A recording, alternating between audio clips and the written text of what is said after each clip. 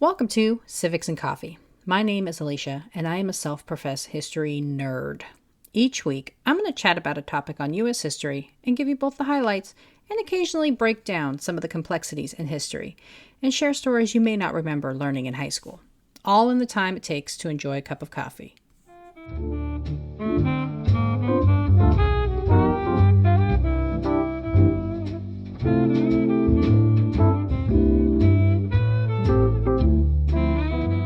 Welcome back, peeps. This week, I'm stepping away from the Constitution for a minute and covering a person who remains an idol to thousands.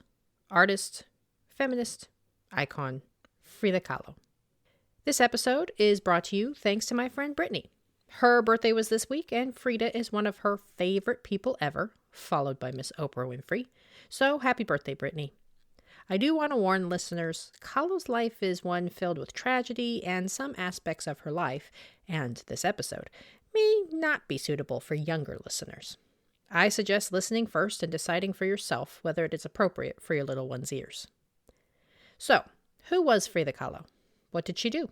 And how does her life intersect with the United States history? Grab your coffee, peeps. Let's do this. Full disclosure, I am a super fan of Senora Kahlo. I first learned about her in 7th grade and did a project all about her life and her artwork. I was a genius with a glue stick, okay? Arranging colored prints and her life's history all on a trifold board. I even won a prize because I have been a history nerd for just that long. Frida Kahlo, born Magdalena Carmen Frida Kahlo y Calderon, was a Mexican surrealist painter born in Coyoacan, Mexico City on July 6, 1907, to her mestiza mother Matilda Calderon y Gonzalez and German immigrant father Carl Wilhelm Guillermo Kahlo. Carl, who immigrated from Germany in 1891, switched to Guillermo, the Spanish version of Wilhelm, upon landing in Mexico. Frida's family included several sisters, both from Guillermo's and Matilda's union, and Guillermo's first marriage. Frida grew up with her sisters Matilda, Adriana, and Cristina, while her two half-sisters, Maria Luisa and Margarita, grew up in a convent. Growing up, Frida was close with her father, a photographer, and pushed boundaries by dressing in male clothing for family portraits, always testing the limits. Kahlo's life is an example of how enduring chronic pain shapes an individual, as she experienced a series of trials and tribulations, and lived with more pain than I think is fair for any one human being to endure. Frida contracted polio at the age of 6, leading to a right leg deformity that would bother her throughout her life, and which also led to scoliosis, and she had to live a majority of her life in corsets and braces. One of the most life-altering events Frida experienced was a bus accident as a teenager. Prior to this accident, Frida had no plans to become an artist. She was dedicated to going into the medical field, perhaps a result of watching both her parents suffer from mental and physical ailments throughout her childhood.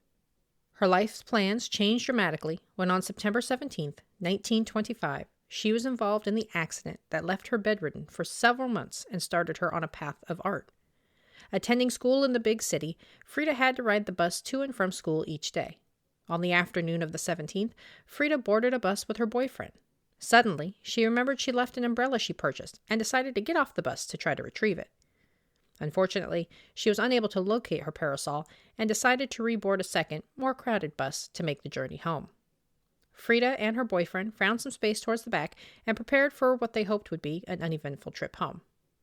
As the bus rounded a corner, it was immediately cut in half by an oncoming streetcar. Several people died in the horrific accident, and Frida was left with massive physical injuries. A metal handrail on the bus dislodged and impaled her, leaving Frida with a fractured pelvis, punctured uterus and abdomen, a right leg broken in 11 places, a dislocated right foot, broken collarbone, dislocated shoulder, and a spine broken in 3 places. The recovery from her massive injuries required Frida to be bedridden for nearly a year. Initially hospitalized for a month, she spent several more months recovering at home. During this home convalescence, Kahlo began dabbling with art and started painting self-portraits. In 1927, Frida joined the Mexican Communist Party and met the famed artist Diego Rivera at one of their gatherings. Rivera, a prominent artist at the time, initially acted as a mentor to Frida, reviewing her artwork and giving her pointers on how to improve. It wasn't long before the friendship and camaraderie shared between the artists and political allies developed into something more, and Frida and Diego were married on August 21st, 1929. Frida's mother was against the marriage, feeling Diego was too old for Frida, her senior by over 20 years. Frida's father, however, seemed ambivalent at best to the situation. Unable to financially support his family, or Frida's ongoing medical bills, Guillermo Kahlo appeared to understand the match made financial sense, if nothing else. When deciding whether to give his permission, Kahlo remarked, quote, "Notice that my daughter is a sick person. In all her life she will be sick. She is intelligent, but not pretty. Think it over, and if you wish to get married, I give you my permission." End quote. Geez, thanks, Dad. Despite the feelings of either parent, Frida's and Diego's marriage turned into yet another example of the pain she endured throughout her life. Rivera was an infamous womanizer and had repeated affairs, many in the plain sight of Frida. While it is safe to say their marriage was less than conventional, Frida had her own affairs with both men and women, it is clear based on her diaries and letters that Frida was very much enamored with Diego, and his infidelity caused real pain. Frida and Diego ventured to what she termed Gringolandia shortly after their marriage. With 2 commissions to paint murals at both the San Francisco Stock Exchange Luncheon Club and the California School of Fine Arts, Kahlo and Rivera boarded a train and headed north in the fall of 1930. Arriving on November 10th, the couple quickly set up shop at a fellow artist's home located at 716 Montgomery Street in the city. Frida, left alone while Rivera worked long hours, explored the city on her own, becoming fascinated by what she found in Chinatown. During their time in San Francisco, Rivera and Kahlo made the trek up to the North Bay. That's what we locals call the area north of the San Francisco Bay Area.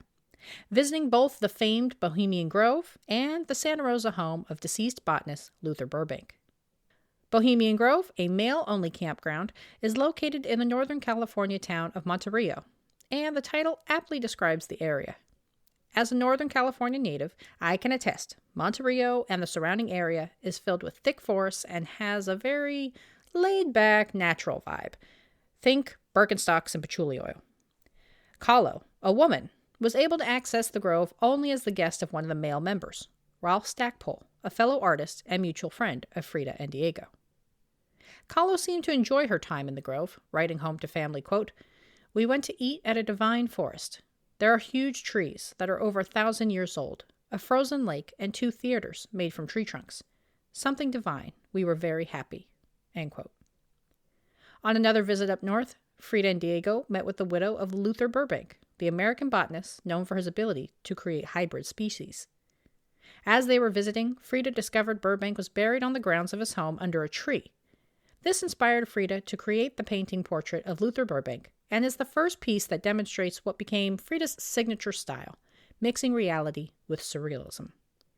In the portrait, Burbank is depicted as half human and half tree, connected to the earth with roots that tie him to what is believed to be his own corpse. The time in the United States appears to be the time Frida matured as an artist and honed her style. In her book, Frida in America, art historian Celia Stahr argues Kahlo's time in America was pivotal to her development as a surrealist. Frida, as an outsider in America, articulated her sense of duality and her sense of contradictions as she produced pieces of art. Whatever brought on the new style, one thing is for certain. Frida saw her initial success and exposure within the U.S. border. The United States is where Frida's art was displayed publicly for the first time. Her debut was at the 6th annual exhibition of the San Francisco Society of Women Artists, held at the Palace of the Legion of Honor. Taking place between November 4th and December 3rd, 1931, the exhibition showcased a painting commonly known as the wedding portrait, also known as Frida and Diego Rivera. After returning to Mexico for a brief period, Frida made the journey back to America, this time to New York. As I mentioned earlier, Frida had a series of extramarital affairs throughout her relationship with Diego, and it was in New York where Frida met famed artist Georgia O'Keeffe and began a brief affair. Frida and O'Keeffe were similar in a lot of ways and bonded over the shared lives they lived. Both women were involved with mature, well-known artists in unconventional marriages. Both were trying to carve out their own identity in the art world, separate and apart from their famous husbands, and both flirted with androgynous looks. Little is known about their affair, and it appears from the surviving records that it was fairly brief, since Frida and Diego were only in New York from November 1931 to May of 1932, when they moved to Detroit. Whatever happened with the relationship, it seems as though the two remained friendly, as O'Keeffe was in attendance at Frida's first solo exhibition in New York, late in 1938. It was during her stay in Detroit where Frida experienced yet another traumatic and painful event, a miscarriage. Frida, who had an abortion early in her marriage to Diego due to health issues, seemed nervous about motherhood and originally requested an abortion from her American doctor. Illegal in the United States at the time, Frida had to jump through quite a few hoops to convince the doctor to help, who eventually prescribed quinine and castor oil, refusing to perform a surgical abortion. This homeopathic method did not take, and Frida continued on in her pregnancy, eventually getting on board with the idea of becoming a mother. Just a few short weeks later, Frida miscarried and was forced to spend 13 days in the hospital. Her pain and anguish of losing her child produced yet another vivid and gut-wrenching portrait, Henry Ford Hospital. Recovering from her miscarriage took several weeks, and Frida continued to experience the residual effects even as she took a brief trip to Mexico to care for her dying mother in early September. While in Detroit, Frida met and socialized with Henry Ford, the famed auto manufacturer and vocal anti-Semite. Ford, who shared a dance with Frida at a folk party, was so smitten with her that he gifted her a Lincoln Continental and chauffeur to show her around Detroit. Rivera declined the gift, feeling it was too expensive. But just because he was nice to Frida didn't mean she ignored his anti-Semitic views. During a dinner party hosted by Ford, Frida called out his views in a very comedic and Frida fashion. While seated at dinner, there was a break in conversation. Frida took the opportunity to feign ignorance and ask Ford loudly, in front of his many guests, whether he was Jewish. The attendees, believing Frida's innocent act, burst into laughter. Ford never answered the question. In 1934, Diego and Frida returned to Mexico, where they briefly separated after Frida discovered Diego's affair with her sister, Cristina. While they did reunite shortly thereafter, they officially divorced in 1939. Towards the latter part of the 30s and early 40s, Frida started to be recognized as an artist separate and apart from her husband. She took part in an exhibition in Paris in 1939, and the Louvre purchased her piece, The Frame, in 1938, making Frida the first Latin American artist to be part of their collection. The two Fridas, my personal favorite and the episode announcement portrait that I used, was part of the Museum of Modern Art's exhibition for Mexican art in 1940. It was in the United States where Frida remarried Diego in 1940, taking part in a small civil ceremony in San Francisco. Frida made the trip to see her friend, Dr. Elliser, and Rivera, who was in the city preparing for the World's Fair.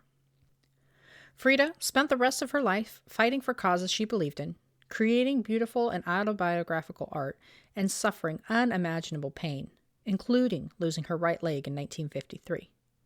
Requiring a prosthesis, Frida actually sculpted her own brace. I happened across that little factoid thanks to Twitter user Cute Weird History, who shared the New York Times article. Frida passed away on July 13, 1954, at the age of 47. While the official cause of death was listed as a pulmonary embolism, there are some who claim she committed suicide, pointing to a series of extra painkillers missing from her medication bottle and an anniversary gift given to Diego a month early. But without an autopsy, her death remains a mystery. Frida gained notoriety and fame many years after her death, when art historians rediscovered her work in the 70s. Since then, she has met, and some say, eclipsed the fame her husband Diego received during his lifetime. And I think Kahlo would enjoy that very much. Thanks for tuning in, and I hope you enjoyed this episode of Civics and Coffee. If you want to hear more small snippets from American history, be sure to subscribe wherever you get your podcasts. Thanks for joining me, and I look forward to our next cup of coffee together.